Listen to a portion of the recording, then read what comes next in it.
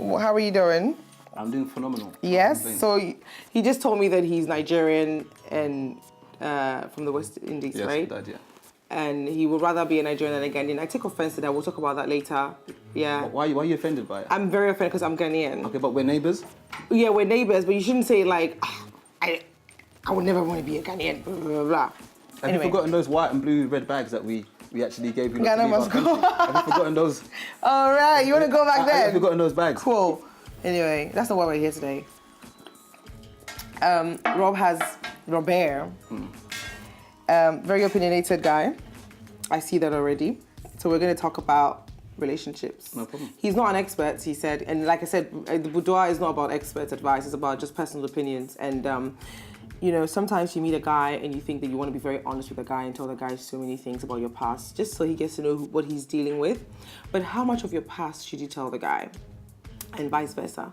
I think you shouldn't say anything about your past because it's your past. It's gone. It's done. You know, like why would you want to go back to the past and tell the guy what? Because you're a new person. You're moving on. You know, the only way you can move forward in life is when you forget about the past and move forward. Because if you keep going back, it's like you're never gonna move forward. You know. And you know, a woman's heart is a deep ocean of secrets. Of course. Right. Yes. So. Really, why would I want to tell my partner or my new partner about my past? Because after all, we're building a relationship from here on now. So what's the point of going back? So you intend to just keep all your skeletons in a closet? It's not a skeleton. It's not in a closet. It's done. I'm done. That chapter is closed. Okay. And I'm moving on to a new chapter. I don't think I can appreciate that because I'm quite a respectable young man in my community. Mm-hmm. And if I'm taking a stroll on a very hot summer's day with a fine lady, and I've got my peers laughing at me because of what she has done in the past, it will really crush my heart. Okay, so right, that's good. That's a very good point. Because of the things she's done in her past, you will not date her. Of course. If you knew. Of course. Right. In life, we do so many things. When we buy a car, we do HPI checks, don't we? You know, like when you go and buy a car, you'll type the number plate into a system, and it comes with all the information on that car. So, for instance, if the car's been written off, if it's been stolen, if it's on finance, you do some sort of things. No one wants to get stung in life. You know, the same way I don't want to get stung in life. So, I do want to know her history and her past, of course. Right. So, I mean, but then, for instance, hypothetically speaking, if you're a guy who has been to jail, for instance, and it was just a misdemeanor, and it's nothing you're proud of really, but you don't want to bring it back because you are in a new chapter of your life. You've cleaned up. I think everybody deserves a second chance. So regardless of what you did in the past, you expect somebody to overlook that and like you or love you for who you are at the present moment until you probably show a different side of yourself to that person. I think that it's only fair to be given a chance. So even regardless of what the girl has done, shouldn't you be able to love the girl regardless? Well, as I said, there's somebody for everybody, but my name isn't everybody. So whoever everybody is, you can take her on board. There's so many. So you think that you need to tell your partner everything about your past before you start dating? Everything. And when I say everything, I mean everything. Like I dug my nose yesterday. No, everything. Not everything. There's some things you keep to yourself, obviously. Like what? Like for instance, I would say in regards to telling people your history, I think for one you shouldn't really be asking anyway, because I'm the kind of I wouldn't ask somebody about their sexual partners or their history.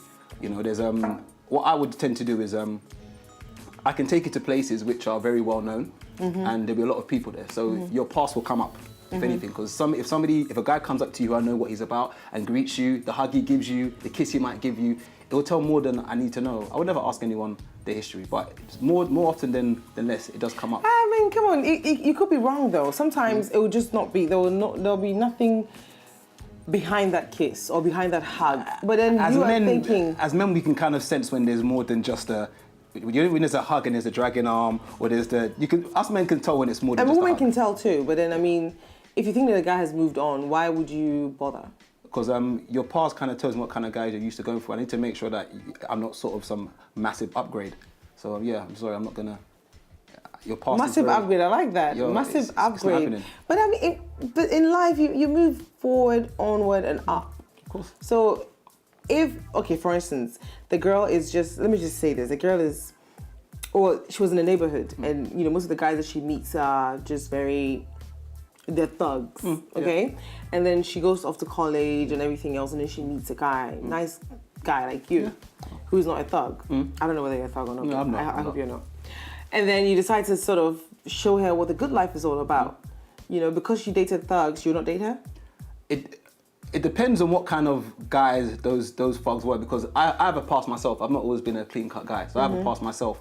However, it depends what relationship you had with all of these guys, and if these guys are in my circle or around my environment. Because if they're in my environment, I'm going to see these guys regularly, then it can't work. Yeah. Because as much as you might want to say I'm insecure or whatever, but it just can't work. Yeah. Not in my circle. I think I agree with you, because you know when a girl has dated the same guys in the circle, I can't do it. It's a bit you know, but we can't hate the guys who can't deal with it. It's either you can or you can't. It's like having a child and telling a guy that you have a child. The guy can either say, well, it's okay, I don't mind. Or another guy can say, well, I can't deal with someone else's child. And you can't hate the person for saying that. In the same way, you know, when you flip the coin on the, you know, on the guy's part, you know, some girl will say, well, I can't, because whatever. Some girls wouldn't mind. But I think it's neither here nor there. I don't think it's right. I don't think it's wrong. It's just human preference. Yeah, but I think there's a double standard though when it comes to sort of like guys and girls, because generally speaking, guys have issues with females who might have been around. Yeah. But the other way around, generally speaking, women don't really tend to care per se. So I think once the sort of that power struggle's flipped around, I think then you might find a balance. But as it is now, you know, if I told you I slept with, let's say, I don't know, 20 women in my lifetime, that might not put you off. But if a woman told a man she slept with 20 men, I'm quite sure he would sort of leg it. Yeah. You know, so it's a bit of a double standard when it comes to that. I just think that everybody needs a second chance, or a third chance, or a fourth chance, or whatever. Yeah, I don't know. I don't know about for a second maybe. Yeah, second chance. Because you can't just hold someone's past against them, because there's always a backstory to whatever anyone does. Yeah. So what is the need to know my past? It's about the future. We're moving forward. We're going. Let's do this. But I think and let me get to know you as we go along. But I might need to know your past just so I know how to deal with you. You know, because there's a phrase that says if you don't know what's happened, you won't know what's happening. So I think I might need to know your past just so I know, you know, the maybe my past I was psychotic, but I was psychotic because the guy that I was dating drove me to be psychotic. So now I know that if I'm with you and we have issues, you might be psychotic too. So I think that might give me the green light to bounce. No, not necessarily. It depends. That's why I said the backstory is what makes the story. Okay, so you're saying that you wouldn't hold someone's past against them regardless. Regardless, no. I think everybody deserves a second chance. Yeah. We need more humanitarians like you in this world. You call me a humanitarian? We need more. I mean, that's just my opinion. I think that yes, I think you need to know about the person's past so you know how to deal with them. But that shouldn't be the reason why you leg it. I don't think so. You're a nicer person than I am, fortunately. What? If someone's past is that grey, you know, I'm alright, thanks. You just said that you have a past as well. You've not always been very good. Of course. So what if some girl meets you and you really like the girl and she says, well, I can't deal with it, whatever? That's fine. That's her preference. She's entitled to do that. I'd rather she says it early on than her dragging on maybe a year later and then saying, no, I really can't deal with that thing. If anyone asks me anything, I'm very open. I'll tell you exactly what's happened. So you can deal with it then. So it's not a case of maybe 6 months down the line it comes out. Because what about is something which I can't deal with, which you withhold, and then a year later it pops out? What happens then? Do I break your heart then, or would you rather break your heart at the beginning? Maybe by then you guys would have been so much in love, and you just be like, that honey, love. We can make this. We can go through this together. You know what I mean? No, I don't. Sorry, babes. No. There are some good people in there. Yeah, there are some really good people. Yeah. In the bad persona, makes sense. There's some good people screaming to be brought out in people. You know what I mean? So if you give them that chance, and all it takes is some kind of loving, some kind of care, understanding, just what you do with an addict. Yeah. The same thing for anyone who has a really dark past. I think when you give them all that and you're still going back, then it's justified. At least you tried. Yeah, I think you're more of a humanitarian than I am, so it's great. But you wouldn't have been given any chance at all. I'm too old for that. I ain't got the time to be sort of, you know, repairing headlights and bonnets. I'd rather just buy the car as it is. I don't really have time for Cat C and Cat D cars. You know, fixing all of that stuff it's a bit time consuming. So you don't want any girl to fix you. No. I think people should come as a whole and then come together. All of this person completes. But nobody's perfect though. Of course, I'm not perfect. I'm far from perfect.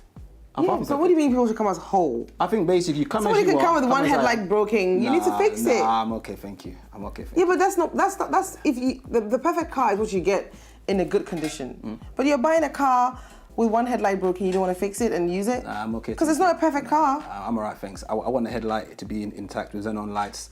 I want the bonnet to be coming over, to be matte black. I don't want any of that stress, sorry. I'm not that humanitarian, unfortunately. Do you think that makes me a humanitarian because I think that way? Of course, yeah, because you like to, get people in their deepest, darkest state and no, you don't get them in them. Oh no! Put you don't get them in the deepest. Fluffy flowers on them. You don't get them in the deepest, darkest state. No, I'm not saying that. I mean, but I'm a really good person because I'd probably push my friend towards her, just so she can finally find somebody. Your friend? Yeah, I'll just push my friend towards her. So your friend wouldn't mind doing that though, right? Sorry? Your friend wouldn't mind healing those... No, I've got some friends who are really humanitarians like yourself, so I can connect the two together, so I can do my part. I'm sure they're Ghanaians. That's what Jesus would do, I'm sure they're Ghanaians. No, they're Nigerian actually. They're Nigerian actually. Yes, they're Nigerian. For once. They're Nigerian. Right. Well, it's really nice talking to you, but I would like to hear your comments. Robert thinks it's a no. If you have a dark past, just go with your dark past and find someone who's as dark as you. I mean? And you can wallow in your darkness. I think that, you know what? You need a second chance. We all do. You deserve one and you should be given one. And it's up to you as to what you do with the second chance when it's given you. I think. That's what I think. But Robert thinks different. What do you think? Let's hear from you. Send me your comments right under the screen as you're watching this. Robert is very hard-headed. You can tell. But I like him, he's cool. So send your comments. Till I see you next time, thanks for joining me in the Boudoir with Joselyn Dumas.